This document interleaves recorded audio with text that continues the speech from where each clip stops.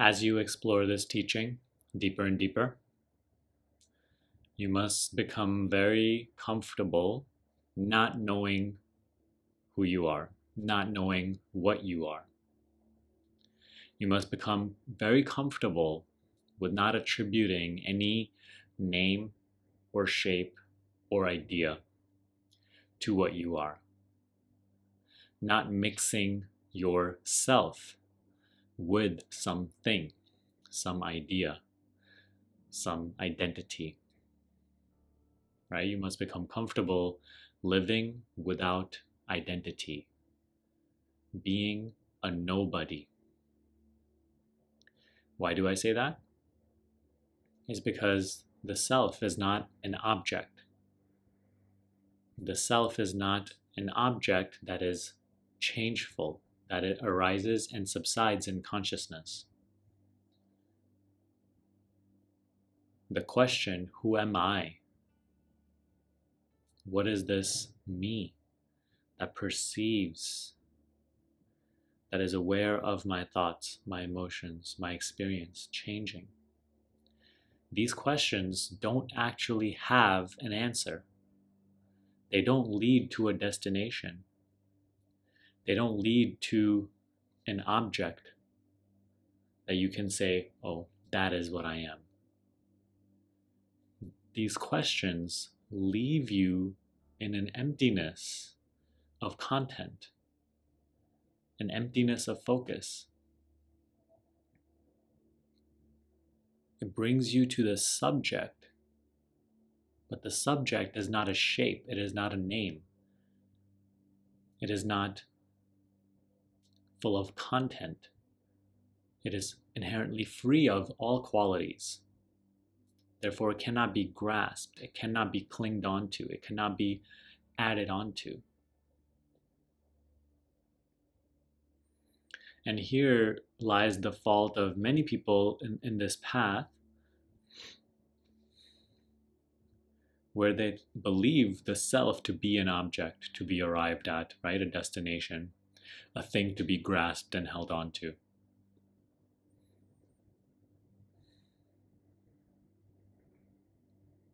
Whereas each time you actually inquire into what you really are, it leaves you in an identityless,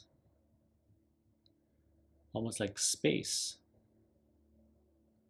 with no qualities, no content.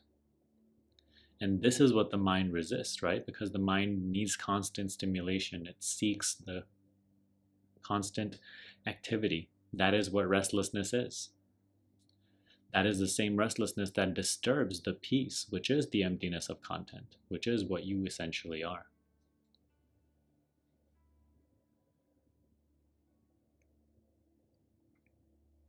So ask yourself, are you comfortable living without identity? Because see how much of your day-to-day actions and activity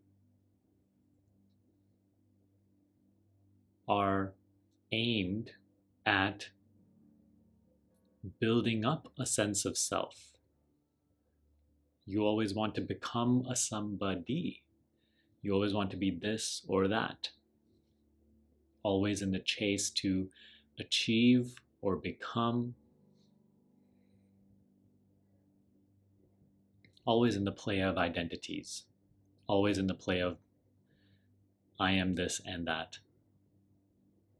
Are you resistant towards this pointer to be free of all attributes, to be free of all qualities?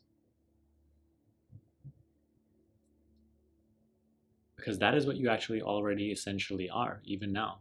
Even if there is resistance arising to this teaching, see that the one that resists, it's the resistance itself. It is not you. Right? One of my program members asked me the other day, like when anger arises, like when I'm angry, what is it that is angry? And I said, it is the anger itself that is angry. But because you're so accustomed to just take shape as what arises, right? You're so lost in the play of identity that you just cling on to anything that arises as myself. So you say, I am angry, I am happy, I am this, I am that. Whereas, no, anger itself is angry. Happiness itself is happy. Sadness itself is sad. You are as you are, the witness of all, the seer of all change, inherently free of all quality, just like the screen on which the movie is projected. It is inherently free of the movie, of the images being portrayed on it, not affected by or bettered by or reduced by what is being projected. So are you allowing yourself to be identityless, or is there constantly some sort of trying to cling on to some attribute? I am unworthy, or I am very worthy. I am, a victim, or I am very powerful. I am scared, or I'm courageous. See these subtle objects of awareness that you cling on to as myself. Whereas only when you are a nothing, a nobody, not attributing and mixing yourself with what is seen, what is perceived, what arises in consciousness, with content, can you actually really, through direct insight, become clearer and clearer about what it is that you are, essentially.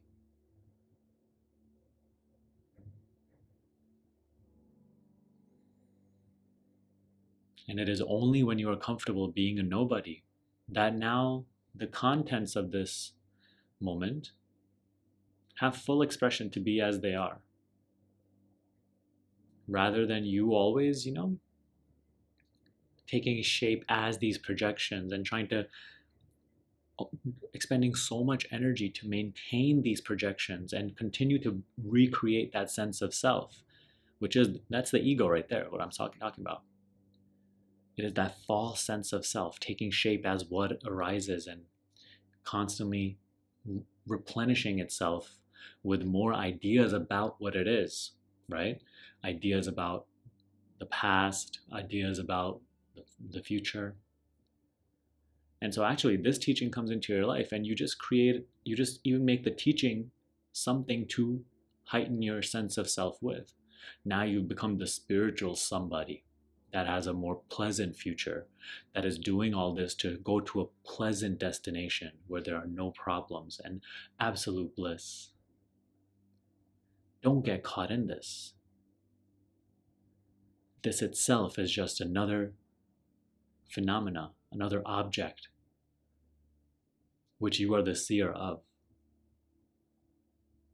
which you are the empty witnessing of, the seeing out of which it is made. Unmix yourself. Detach yourself.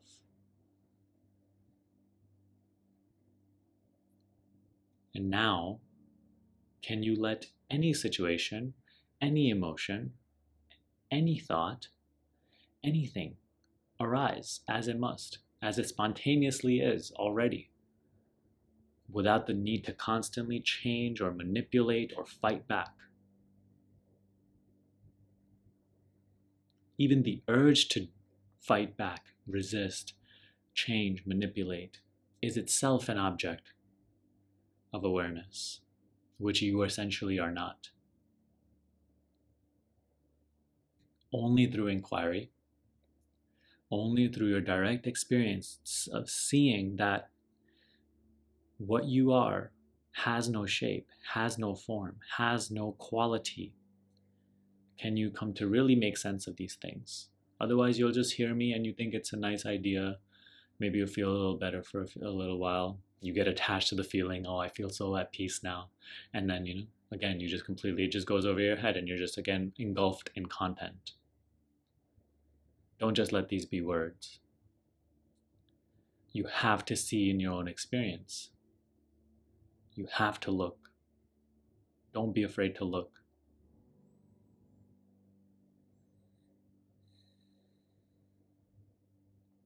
Notice that this need to be a somebody, to protect your ideas about yourself, it is costing you so much energy, and it is creating so much dysfunction in your life.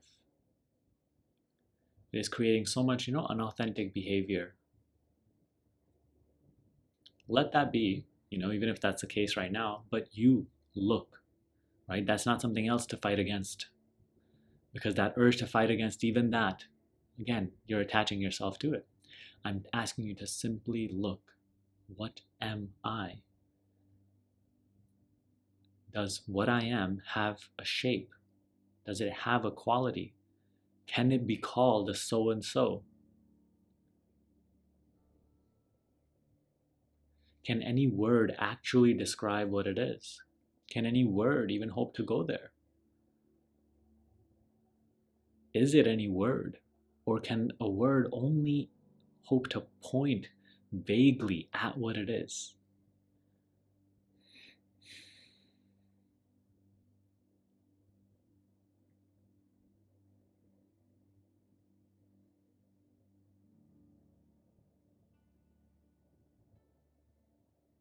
So here and now, look at yourself.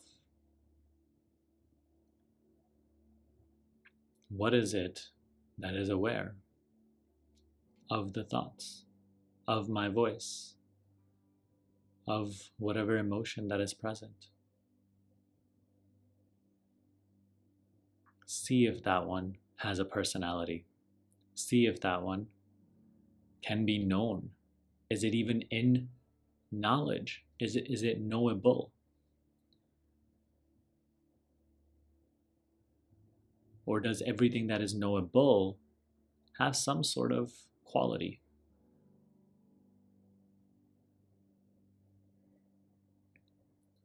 Right? You know the knowing, you know the seeing, but the seer, do you know?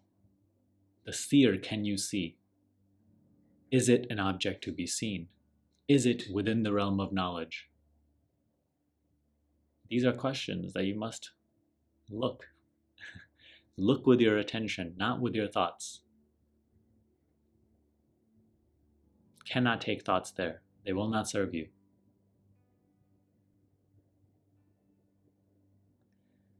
Leave all your opinions and judgments about this and put them to the side. They will not serve you.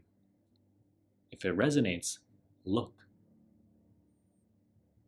Let go of your story of how this has been for you, how many times you've looked with this inquiry, how long has it been since you've encountered this teaching.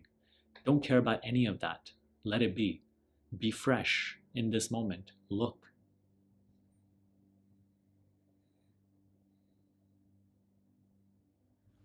Thanks for watching this video. Just 2 things before you go.